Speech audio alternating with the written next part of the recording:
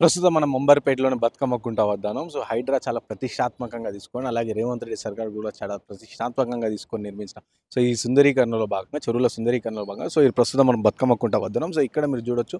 So, సుమారుగా ఇది 16 ఎకరాలున్న బతుకమ్మ కుంట. So, కబ్జాలకు, గిబ్జాలకు అన్నిటికి గురై ఇప్పుడు కేవలం 5 ఎకరాలుగా ఉంది. సో, ఈ 5 ఎకరాలను కూడా అంతా కూడా మంచిగా అంతా నీట్‌గా గూడా చేసి, ఈసారి బతుకమ్మ ఎలాగైనా సరే ఇక్కడ అంబర్‌పేట నియోజకవర్గంలో, అంబర్‌పేట ఏరియాలో ఉన్న ప్రజలందరూ కూడా ఇదే కుంటలకు దగ్గరనే బతుకమ్మ ఆడి ఇక్కడనే ఆడతామని చెప్పిన నేపథ్యంలో హైడ్రా దీన్ని ప్రతిష్టాత్మకంగా తీసుకొని సుమారుగా 8,00,000 వ్యయంతో సో, ఇదంతా కంప్లీట్‌గా సుందరీకరణ చేసి సో, 26 తారీఖున ఈ నెల 26 తారీఖున సో, బతుకమ్మ పండుగ రోజున సో, సీఎం రేవంత్ రెడ్డి స్వయంగా ఇక్కడికొచ్చి అండ్ ఇక్కడ అందరూ ఇక్కడ ఆడపడుచులు కావచ్చు, ఇక్కడ అందరితోని కూడా ఇక్కడ బతుకమ్మ దీన్ని ఇనాగ్రేట్ చేసి దాని తర్వాత ఇక్కడ స్థానికులతో బతుకమ్మ పండుగలు వాళ్ళతో పాటు సెలబ్రేట్ చేసుకోవడం అని చెప్పారు. సో, ఇదంతా కంప్లీట్‌గా ఈ చెరువు కూడా చూసినా ఒకప్పుడు కంప్లీట్‌గా చెత్తా చెదారంతో ఉన్నది. ఇప్పుడు ఈరోజు మంచి నీళ్లతో సో, ఇదంతా కూడా పర్యావరణం దృష్టిలో పెట్టుకొని హైడ్రా రంగనాథ్ గారు చాలా ప్రతిష్టాత్మకంగా తీసుకొని సో, మంచి నీళ్ళతో ఇప్పుడు చూడొచ్చు మీరు నీళ్ళు ఎంత ఎంత మంచిగున్నాయో. సో, ఈ విధంగా కంప్లీట్‌గా కూడా సుందరీకరణ చేసి దీంతో పాటు ఈ చెరువులో వాటర్ సుందరీకరణతో కాకుండా సో, ఇక్కడ గోడలు కావచ్చు ఇవన్నీ కూడా అంటే మంచి నీళ్ళు కేవలం ఇక్కడ మంచి నీళ్ళే ఉండాలి అనే నిర్ణయంతో ఈ కుంటనంతా కూడా సుందరీకరణ చేసారు. సో, ఈ నేపథ్యంలో చాలామంది ఇక్కడ అంబర్‌పేట ప్రజలు కూడా ఇక్కడ లోకల్‌గా